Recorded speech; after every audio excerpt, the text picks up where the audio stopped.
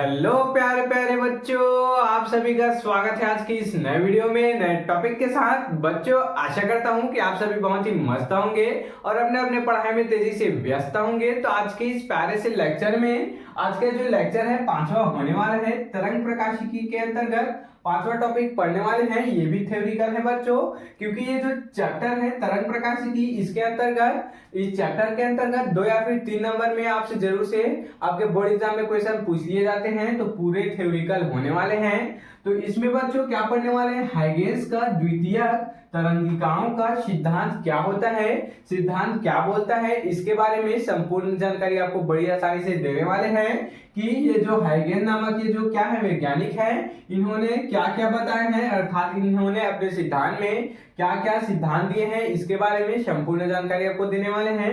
तो चलिए बच्चों, सबसे पहले हाइगेंस का द्वितीयक तरंगिकाओं का सिद्धांत आखिर होता क्या है, इसको समझने का प्रयास करते हैं। तो क्या बोला जा रहा है यहाँ पर, हाइगेंस ने तरंगों के संबंध में कुछ नियम प्रस्तुत किए हैं। देख सकते हैं क्या बोला गया, हाइगेंस नामक क्या है, एक वैज्ञानिक है।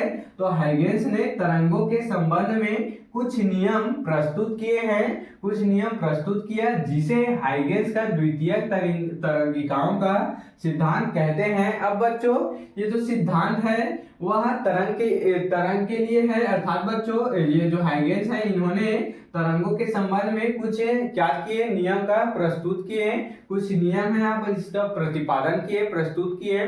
इसे ही हाइगेंस का द्वितीयक तरंगिकाओं का सिद्धांत कहा जाता है। आप इतना लिखेंगे बच्चों, आपको एक भी नंबर नहीं मिलेगा। आपको इसके साथ साथ ये जो दोनों इसके सिद्धांत है इसको लिखने पड़ेगा।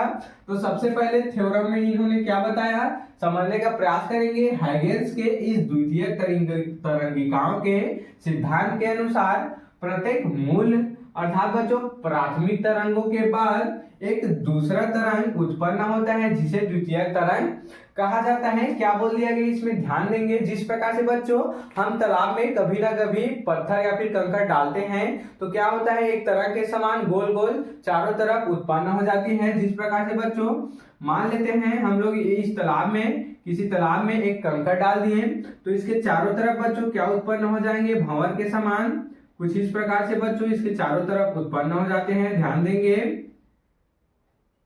कुछ इस प्रकार से क्या उत्पन्न हो जाते हैं, यहाँ पर तरंग उत्पन्न हो जाते हैं। तो बच्चों ये जो हाइगेंस का सिद्धांत है, प्रथम सिद्धांत यही कहता है, क्या कहता है, हाइगेंस के इस द्वितीयक तरंगिकाओं के सिद्धांत के अनुसार मूल अर्थात बच्चों ये क्या है यहाँ पर, ये क्या हो गया, इसका मूल तरंग हो गया। ये क्या हो गया, इसका मूल तरंग हो गया। हम बच्चों इसमें क्या डाल दिए, कंकड़ डाल दिए।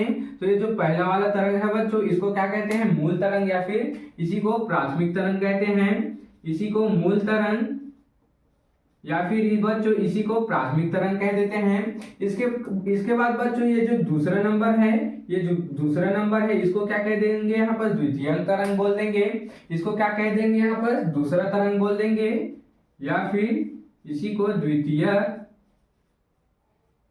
तरंग बोल देते हैं। देख सकते हैं कुछ इस प्रकार से। और ये क्या हो जाएंगे बच्चों, ये तीसरा नहीं होंगे, ये इसके मुताबिक में ये क्या हो जाएंगे, ये द्वितीयक तरंग हो जाएंगे। तो ये प्राथमिक हो जाएंगे। उसके बाद ये भी द्वितीयक होंगे, क्योंकि बच्चों ये प्राथमिक हो जाएंगे। तो क्या बोला जा रहा है, इसके सिद्धांत के अनुसार जो मूल अर्थात प्राथमिक तरंग होती है, जो मूल अर्थात प्राथमिक तरंग होती है, उसके बाद एक दूसरा तरंग होता है, उसी को द्वितीयक तरंग यहाँ पर कह दिया जाता है। देख सकते हैं ये सबसे पहले यहाँ पर क्या है बच्चों, मूल तरंग है। उसके बाद जो तरंग है उसको द्वितीयक तरंग यहाँ पर कह दिया जाता है। हम बच्चों कभी ना कभी क्या करते हैं, तालाब में पत्थर डालते हैं तो कुछ इसी प्रकार से दिखाई देती है। इसी के आधार पर बच्चों ये हाइगेंस ने अपना प्रथम जो लॉ है उसका क्या किया बच्चों, सिद्धांत दिए हैं। इसी प्रकार से बच्चों दूसरा देख लेते हैं। दूसरा क्या है, हाइगेंस के इस नियम के अनुसार प्राथमिक तरंग क्या है बच्चों, हाइगेंस के इस नियम के अनुसार प्राथमिक तरंग तथा द्वितीयक तरंगों के बीच एक बंद अवलोकन क्या होता है बच्चों, बन जाता है। देख सकते हैं ये मान लेते हैं यहाँ पर प्राथमिक तरंग है, कुछ इस प्रकार से। इसी प्रकार से बच्चों इधर द्वितीयक तरंग है और इसके मध्य क्या बन रहा है, बोल रहा है बच्चों यहाँ पर, इसके मध्य एक बंद अवलोकन यहाँ पर क्या हो रहा है, यहाँ पर देख सकते हैं निर्माण हो जा रहा है कुछ इस प्रकार से। कुछ इस प्रकार से बच्चों बंद और ओपन का निर्माण हो जा रहा है। यही क्या है बच्चों, इसके सिद्धांत है। तो ये जो तरंग है बच्चों, इसमें ये जो तरंग है कुछ इस प्रकार से हमको दिखाई देते हैं, कुछ इस प्रकार से होते हैं, देख सकते हैं। तो हमको लगता है कि ये जो तरंग है वह ये जो इसका जल है बच्चों वह आगे बढ़ता जा रहा है, लेकिन ऐसा बिल्कुल भी नहीं होता है। ये जो तरंग है बच्चों अपने में ही ऊपर नीचे होते रहता है। ये जब ऊपर जाता है तो हमें ऊपर दिखाई देता है, नीचे आता है तो दबा हुआ दिखाई देता है। उसी प्रकार से सेम इसमें भी ऐसे होता है, कुछ इस प्रकार से देख सकते हैं।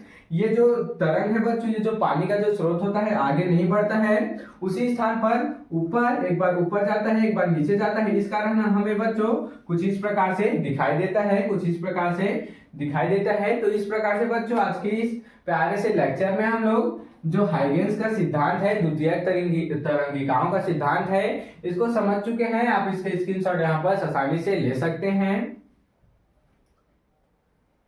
तो बच्चों आशा करता हूं कि आपको यह टॉपिक जरूर से समझ में आया होगा, और ऐसे नए इंपॉर्टेंट टॉपिक के लिए मेरे चैनल में बने रहिएगा। अगर आप इस चैनल में नए हो तो इसको जल्दी से सब्सक्राइब करके बच्चों बेल वाले आइकन को दबाकर प्रेस कर लीजिएगा।